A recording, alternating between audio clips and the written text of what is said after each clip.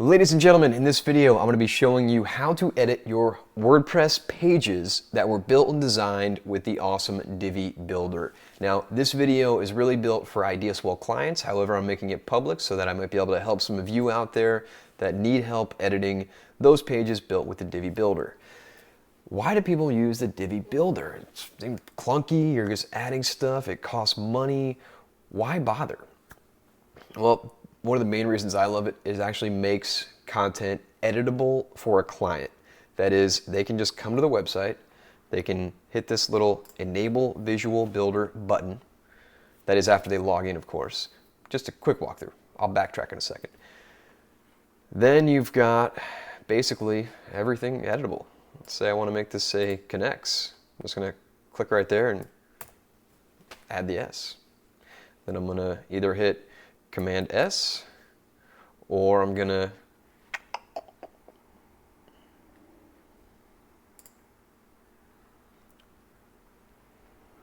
click this little purple icon down here. That's gonna open up the save on the far right there, and I'm gonna hit save. And boom, that S is added. Just like that. We've edited our website. Can it be easier? Not yet. Now maybe eventually somebody will make this even easier. I don't foresee how it could be, but yeah, that's the power of the Divi Builder for you. Now that's not to say that it is my most favorite way to design a website.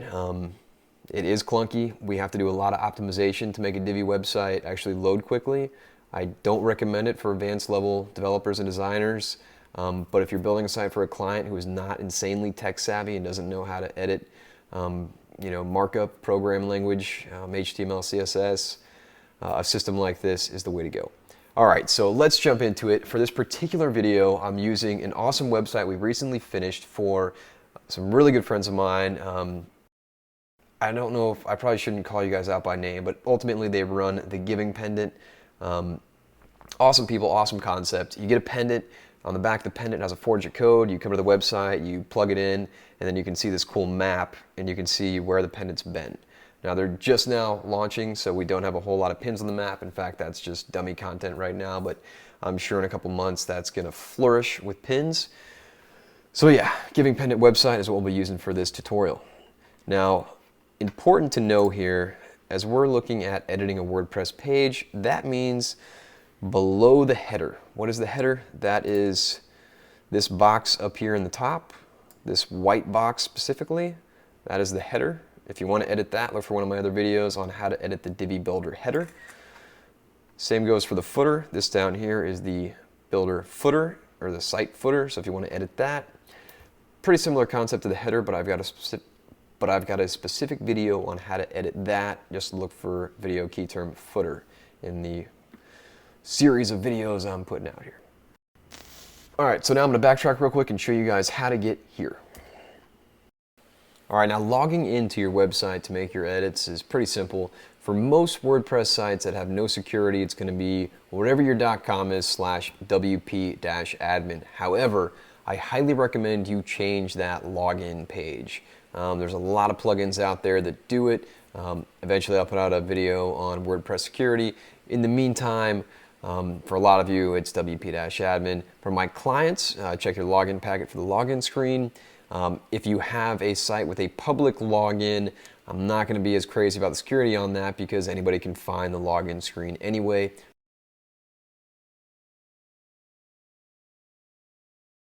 For instance, on the Giving Pendant website, if you just go to My Account, it's going to take you to this login screen if you're not already logged in. So go ahead and log in.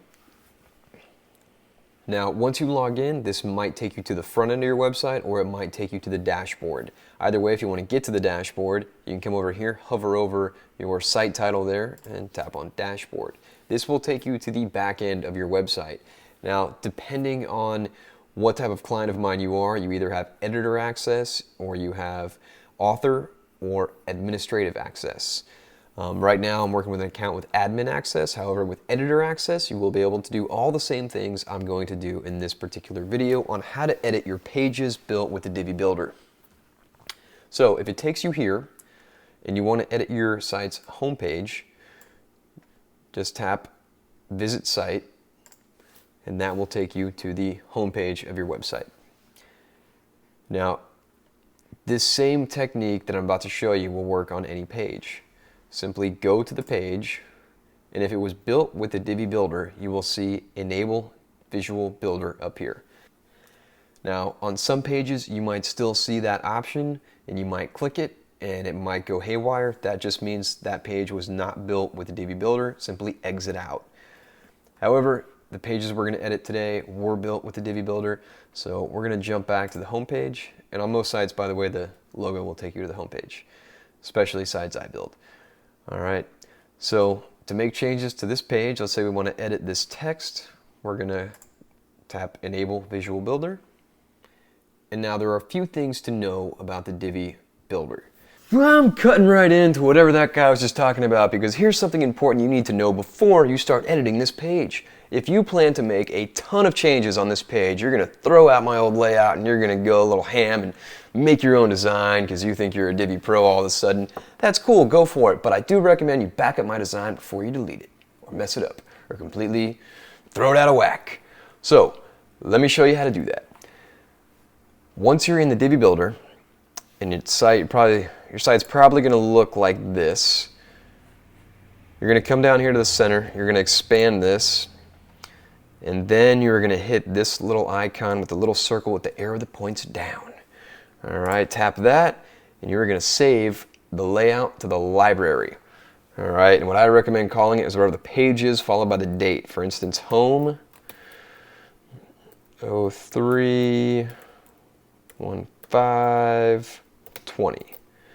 That's just kind of my date algorithm, 2 digits, one for the month, one for the day, one for the year.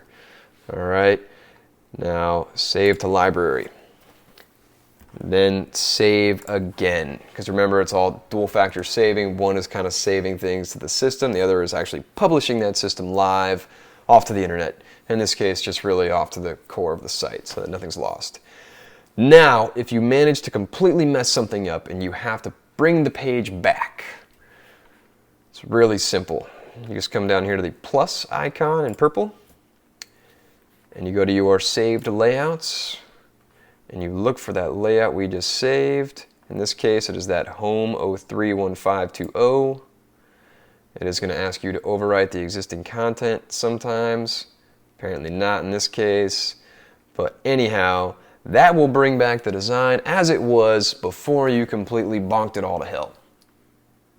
Very importantly, this purple circle down here in the bottom center, tap it, that will open up some screen options.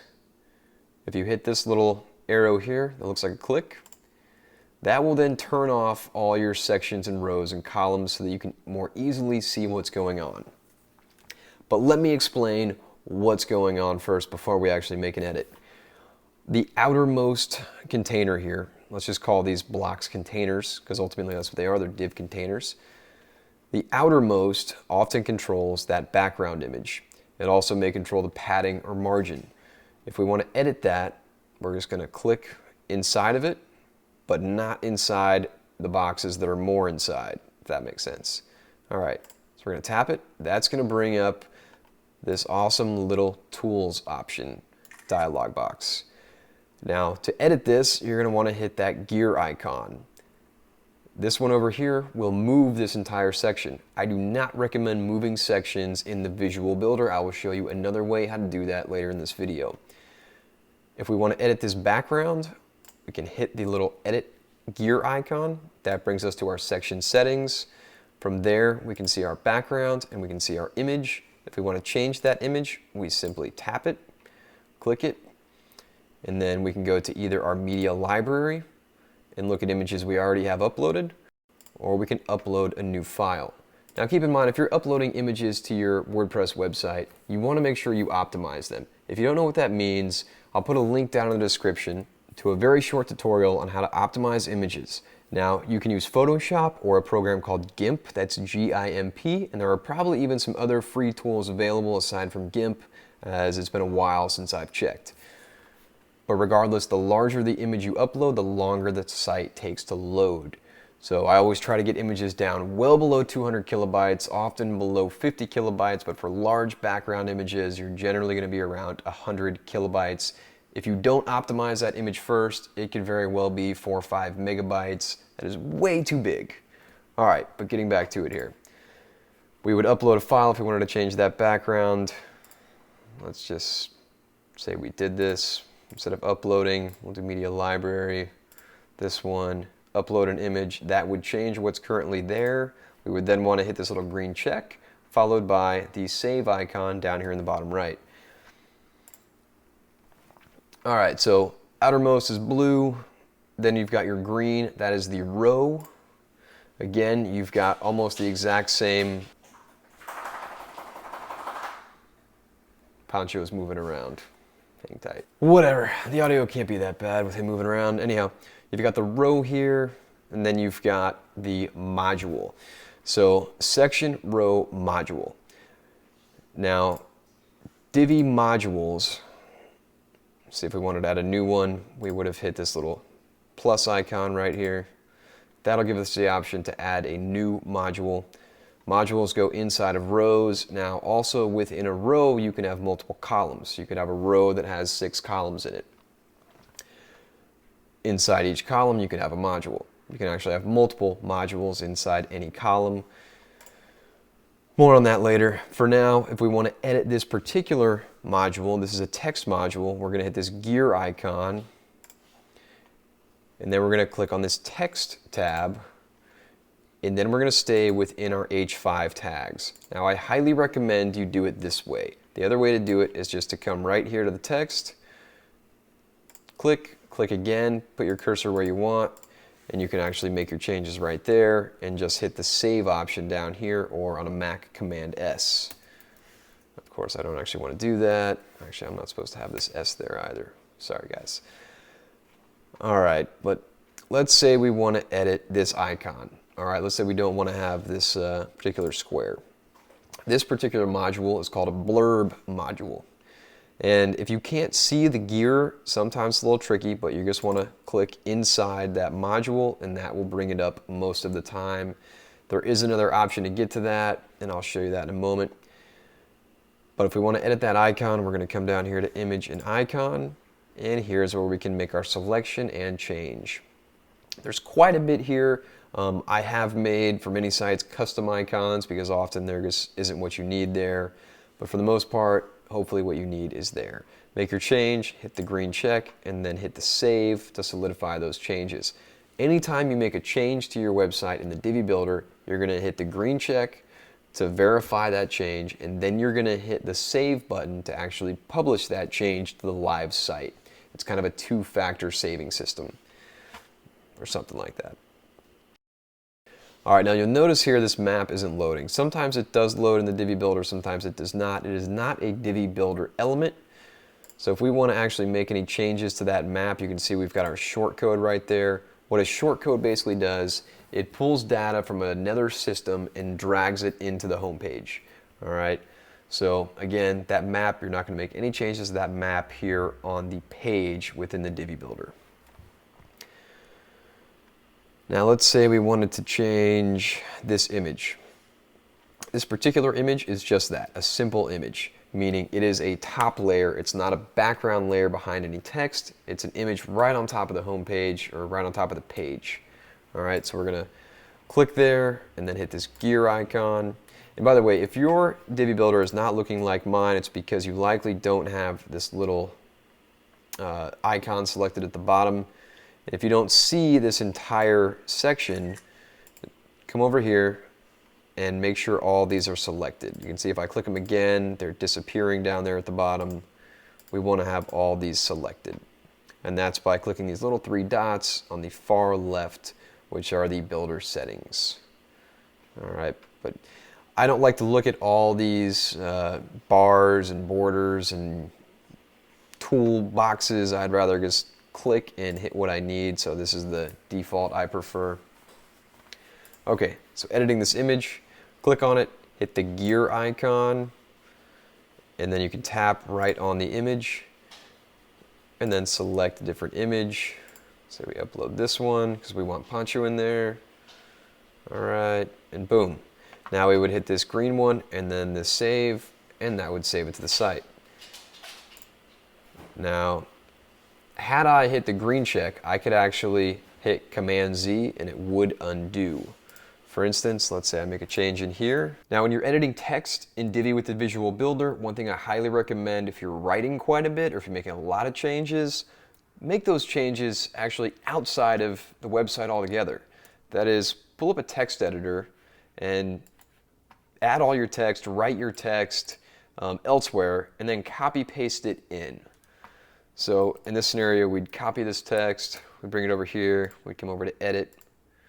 Again, not visual. Instead, we want text, and we want to dump it in there.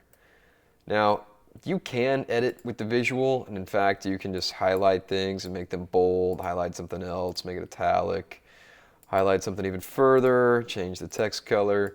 But one of the reasons this really doesn't work too well quite often is, let's add a title, and then let's put some more content down beneath it. And now let's say we want to make this an H2 tag. I'm going to select it, and I'm going to come up here to where you see paragraph, hit the drop down, I'm going to hit H2. Now that time it actually worked, but oftentimes, maybe they recently fixed this bug, but this has been a long time bug.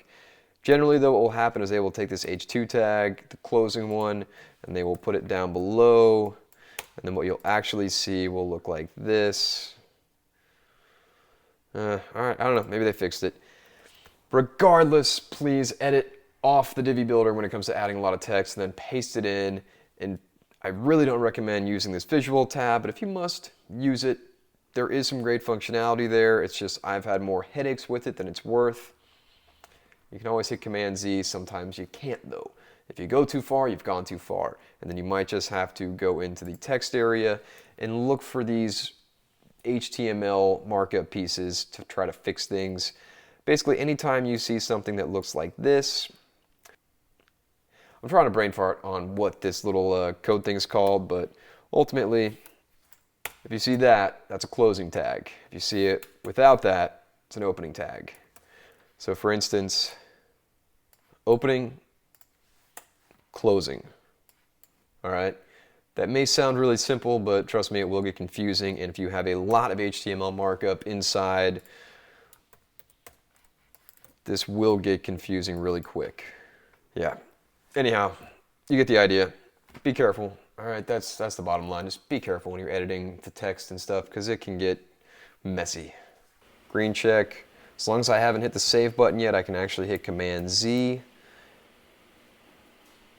And one more time, and boom, it's gone.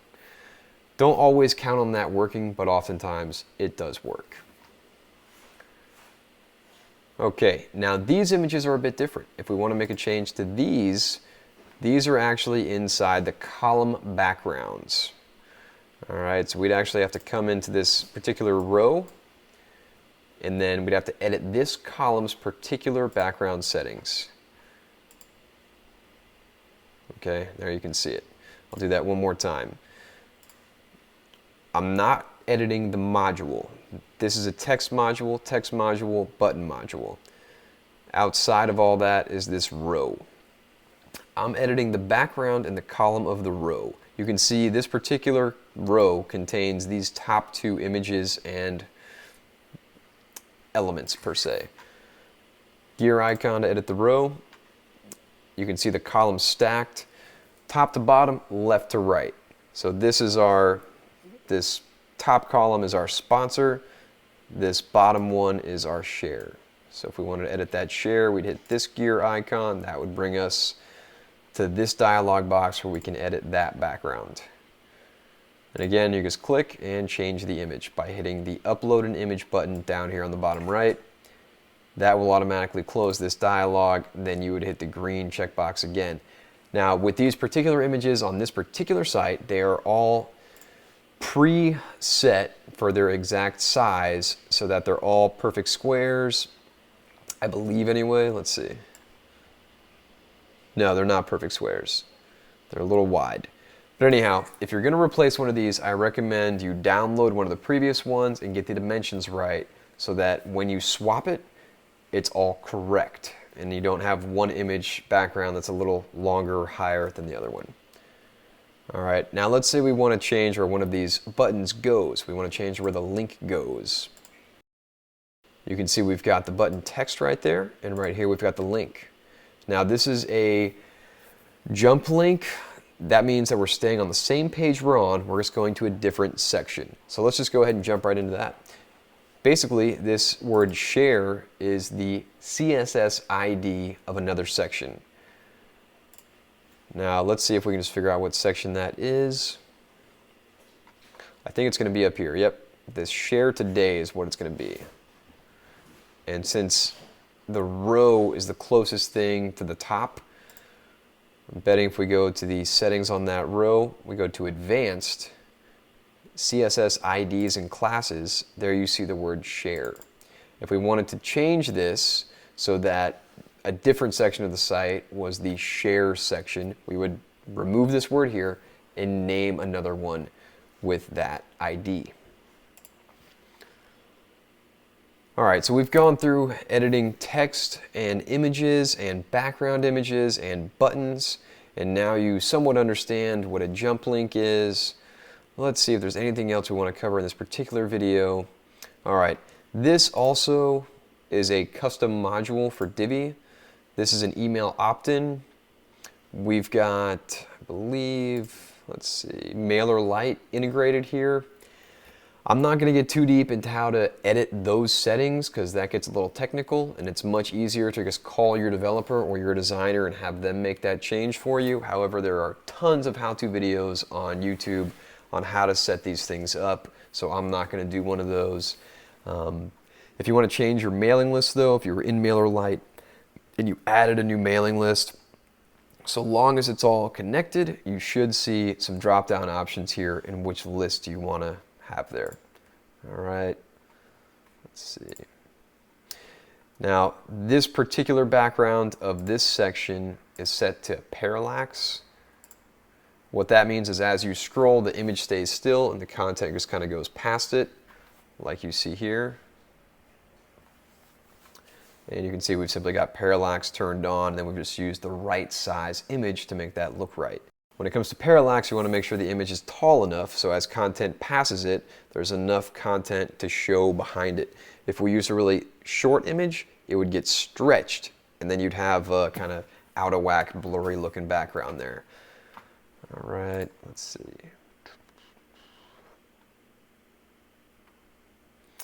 All right, down here we've got social media follow module.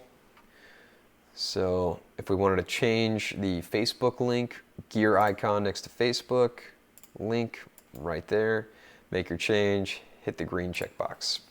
Let's jump into how to move your modules and rows and sections around on the site. You're going to come all the way down here.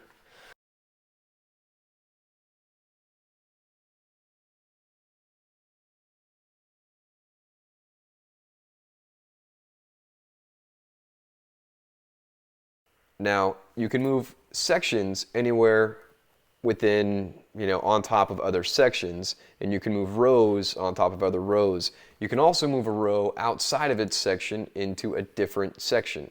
But there needs to be at least one row in each section, otherwise there's no point to that section because rows have modules, and without a module inside of it, there's no point. So let's say I want to move this row down into this section. It really wouldn't make any point because then I'm leaving this an empty section. There's got to be a reason for that section, and it's likely something to do with padding, margins, or backgrounds. All right, but if we want to move these modules around inside of a row column, very simple, just grab it, move it. And all I'm doing is I am holding this mouse clicker down, right? So I'm clicking and I'm dragging. If I bring that up above it, you'll see the other one pop down, and boom. I'm not sure what was supposed to be that way. Normally text is atop a button. I can't really see it, so I'm not sure if I can scoop something up or not. So I'm going to come back to the visual. All right, now one thing about this view that is kind of nice is you will always see these labeled if they've been labeled. For instance, by default, this is just a section. The admin label here is where you can name things, which makes it easier to edit if you're looking at the wireframe view. Don't write in the text, but global elements. This is important. All right, now if you notice something is light green instead of gray, that is a module that isn't gray and instead it is light green.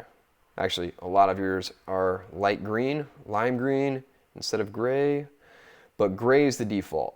Gray means it's just a regular old module. Green means it's a global module. And what that means is much like it sounds, something in that element is global.